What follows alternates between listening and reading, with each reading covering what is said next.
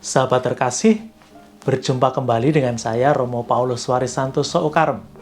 Kali ini kita melanjutkan pembicaraan kita mengenai Yesus dalam bingkai sejarah, dalam pendalaman iman Katolik Pikat.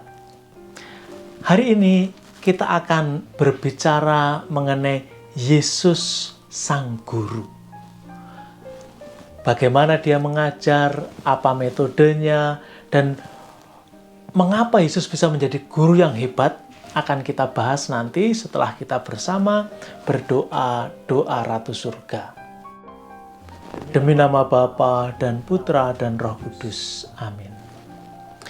Ratu Surga, bersukacitalah, haleluya, sebab Ia yang sudi kau kandung, haleluya, telah bangkit seperti yang disabdakannya, haleluya. Doakanlah kami pada Allah, haleluya. Bersukacitalah dan bergembiralah perawan Maria, haleluya. Sebab Tuhan sungguh telah bangkit, haleluya. Marilah berdoa. Ya Allah, Engkau telah menggembirakan dunia dengan kebangkitan Putramu, Tuhan kami Yesus Kristus. Perkenankanlah kami bersukacita dalam kehidupan kekal bersama bundanya perawan Maria, demi Kristus pengantara kami. Amin. Demi nama Bapa dan Putra dan Roh Kudus. Amin. Sahabat, Yesus itu seorang guru. Dia menjadi guru bukan karena lulus dari universitas tertentu, lalu kemudian mengajar di sekolah tertentu. Tetapi dia menciptakan sendiri. Dia mengangkat murid-murid dan dia mengajar. Dan mereka yang mendengarkan pengajaran Yesus bukan hanya orang-orang yang secara khusus dipilih oleh Yesus, tapi semua orang, banyak orang. Kita bisa bayangkan ketika kitab suci mencatat 5.000 orang berkumpul mendengarkan Yesus, itu pun baru yang laki-laki yang dihitung. Stadion mana di kampung-kampung kita yang bisa memuat 5.000 orang? Gak cukup. Jumlah penduduk di desa kita bisa menghitung berapa? Apa sampai puluhan ribu? Kita tarik ke belakang 2000 tahun yang lalu. Ketika diceritakan ribuan orang datang mendengarkan Yesus. Artinya, Yesus itu sosok yang menarik. Dia bisa menjadi magnet. Orang-orang datang kepadanya untuk mendengarkan. Bahkan berhari-hari. Karena salah satu cerita, orang-orang itu ya kelaparan. Karena mereka pergi jauh. Karena salah satu tempat yang baik untuk mengajar ketika yang diajar itu ribuan orang adalah bukit. Di mana suaranya bisa menggema, dia bisa berbicara keras dan banyak orang mendengar. Nah, maka itu jauh dari perkampungan. Baik, bahwa Yesus seorang guru, ya. Dan murid-muridnya menyebut dia guru. Yesus juga mengajar. Hari ini kita akan melihat apa metode Yesus mengajar, apa yang biasa dia sampaikan, dan kita akan melihat juga beberapa contoh dari materi pelajaran yang diberikan oleh Yesus. Agar kita pun bisa merasakan sedikit suara Yesus tatkala mengajar. Yesus menggunakan metode cerita. Jadi, dalam banyak kesempatan, Yesus membuat perumpamaan. Perumpamaan dikemas dalam cerita. Tidak semua cerita adalah perumpamaan, tapi Yesus suka memakai perumpamaan. Karena perumpamaan itu akan mudah dikenal. Kalau Yesus bertemu orang-orang dengan latar belakang petani, Yesus memakai perumpamaan dari dunia pertanian. Kalau yang dihadapi Yesus itu orang-orang dengan latar belakang pelaut, nelayan, Yesus memakai dunia nelayan untuk bercerita.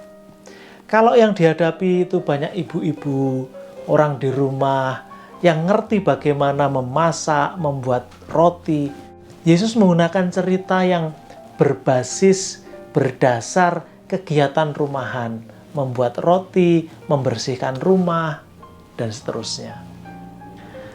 Cerita yang datang dari kehidupan sehari-hari itu akan membantu untuk menyampaikan isi pesannya. Menarik bahwa para penulis Injil mencatat bagaimana Yesus berkhotbah mengajar ini pertama-tama tidak diceritakan kata demi kata bagaimana Yesus mengajar, tetapi lebih kepada inti bagaimana Yesus mau menjelaskan sesuatu. Kemarin saya mengajak Anda untuk melihat Yesus dan kerajaannya. Yesus mengajar mengenai kerajaan Allah, tapi Yesus tidak mendefinisikan. Yesus tidak menjelaskan kerajaan Allah itu apa, bagaimana ke sana. Tidak. Tapi membuat sebuah perumpamaan. Kerajaan Allah itu seperti biji sesawi yang kecil, kemudian tumbuh, seperti seorang perempuan yang membuat roti, mengambil tepung. Nah, Yesus bercerita, menggunakan cerita agar orang-orangnya itu menangkap dengan gambaran situasi yang ada dalam hidup mereka. Jadi, cerita adalah cara Yesus mengajar. Memakai cerita agar orang ingat. Setidaknya, penulis Injil ingat, atau ketika dia mengumpulkan cerita-cerita dari orang-orang itu, terkumpul cukup banyak. Jadi, Matius dan Lukas yang mencatat banyak sekali ajaran-ajaran Yesus, atau kemudian kalau kita lihat satu paket materi pengajaran dari Yesus yang begitu terkenal, yaitu khotbah di bukit, Matius mencatat dari bab 5 sampai bab 7. Itu pasti bukan satu rentetan pengajaran satu hari, tidak. Tapi itu adalah ingatan kolektif yang ada dalam masyarakat. Matius mencoba mengumpulkannya. Injil Matius kemungkinan ditulis sekitar tahun 80, 85, sekitar itu. Artinya, jarak dari peristiwa sendiri sudah begitu jauh. Tapi orang masih punya ingatan bersama akan ajaran yang diberikan oleh Yesus. Artinya, sekali lagi, ketika Yesus mengajar itu, dia mengajar dengan sesuatu yang hebat, yang mampu diingat meskipun waktu dan jaraknya itu sudah begitu lama. Kita bandingkan dengan guru-guru zaman sekarang. Saya saja misalnya saya pernah menjadi guru. Kesulitan terbesar saya adalah menjelaskan. Karena apa? Kalau saya tidak memahami sesuatu dengan baik, saya tidak akan bisa menjelaskan dengan baik. Dan biasanya akan berbelit-belit. Seperti sekarang ini kalau saya menjadi berbelit-belit dalam menjelaskan, artinya saya belum menguasai dengan baik. Orang yang menguasai dengan baik akan mampu menceritakan dengan sangat sederhana. Dan itu yang dilakukan oleh Yesus. Saya tidak sanggup. Yesus sanggup karena dia seorang guru yang baik. Meskipun mungkin Yesus tidak pernah kuliah dalam bidang pendidikan, di ilmu keguruan, tidak pernah. Tapi Yesus memang seorang guru, maha guru. Nah, kita sudah melihat teknik Yesus mengajar dengan cerita, dengan perbandingan, dengan perumpamaan. Dan cerita itu tetap kita ingat. Misalnya, perumpamaan orang Samaria yang baik hati. Perumpamaan anak bungsu yang jahat, yang nakal, kemudian bertobat. Itu tetap kita ingat. Perumpamaan ketika Yesus atau tentang penabur. Orang tetap ingat. Karena cerita itu diungkapkan dengan begitu hebat. Nah, pada bagian akhir ini, saya mengajak Anda untuk melihat salah satu paket pelajaran yang diberikan oleh Yesus dalam pengajaran khotbah di bukit. Injil Matius bab 5 sampai bab 7. Yesus memulai pengajarannya itu dengan menceritakan sabda bahagia. Berbahagialah orang yang ada 8 sabda bahagia. Nah, itu seperti sebuah kunci dasar atau sebuah materi pokok bagi seluruh murid-murid Yesus. Juga bagi kita sekarang, kalau kita mau masuk dalam keguruan Yesus ini, kita mau mendaftar diri menjadi muridnya, hal pertama yang mesti kita pelajari adalah sabda bahagia ini. Ditempatkan yang pertama. Berbahagialah orang yang miskin di hadapan Allah, yang lemah lembut, yang murah hati, dan seterusnya.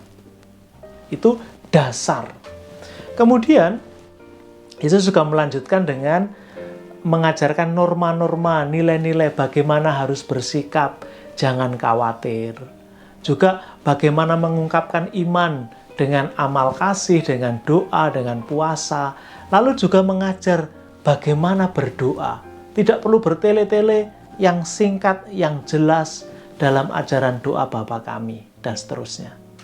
Kumpulan pengajaran Yesus menjadi materi pembelajaran yang luar biasa. Pertanyaannya, dari sekian banyak pelajaran yang diberikan oleh Yesus, kalau Anda mengaku sebagai murid Yesus, pelajaran mana yang sungguh-sungguh sudah Anda pahami?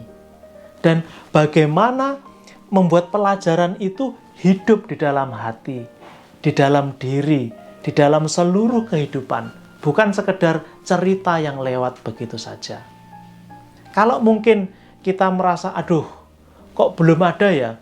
Kok semua apa yang diajarkan Yesus hilang begitu saja? Mungkin saatnya kita buka lagi catatan-catatan untuk melihat pelajaran mana yang, ternyata kita masih remedial, kita masih dapat merah semua, rapor kita merah. Kita belajar lagi, mencoba mengenal lagi, mendengarkan lagi Yesus yang bercerita di dalam hati kita. Sahabat, hari ini sampai di sini, mari kita akhiri dengan doa seperti yang biasa kita lakukan. Demi nama Bapa dan Putra dan Roh Kudus. Amin. Bapa kami yang ada di surga, dimuliakanlah namamu, datanglah kerajaanmu, jadilah kehendak-mu di atas bumi seperti di dalam surga. Berilah kami rezeki pada hari ini, dan ampunilah kesalahan kami, seperti kami pun mengampuni yang bersalah kepada kami, dan janganlah masukkan kami ke dalam pencobaan, tetapi bebaskanlah kami dari yang jahat. Amin. Salam Maria, penuh rahmat, Tuhan sertamu. Terpujilah engkau di antara wanita, dan terpujilah buah tubuhmu, Yesus. Santa Maria, Bunda Allah, doakanlah kami yang berdosa ini, sekarang dan waktu kami mati. Amin. Salam Yosef, pria yang tulus, mempelai murni Maria, ayah Mesias keturunan Daud. Terpujilah engkau di antara pria, dan terpujilah Yesus, Putra Allah, yang dipercayakan kepadamu.